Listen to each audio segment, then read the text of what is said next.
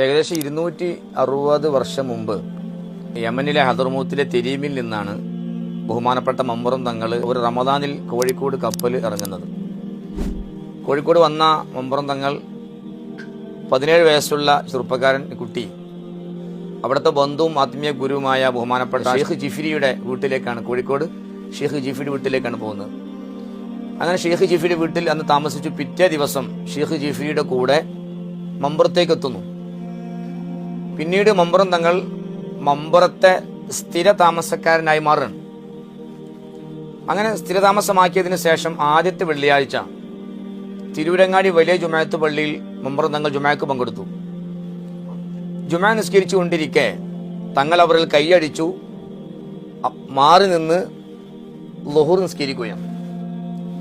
അപ്പോൾ നിസ്കാരം കഴിഞ്ഞ ആളുകൾക്കിടയിൽ സംസാരമായി, എന്താണ് ഈ ചെറുപ്പക്കാരൻ, ഈ കുട്ടി മമ്പുറം തങ്ങൾ ജുമാ ഇടയിൽ വെച്ച് കൈയടിച്ചു പോയത് എന്ന സംസാരമായി.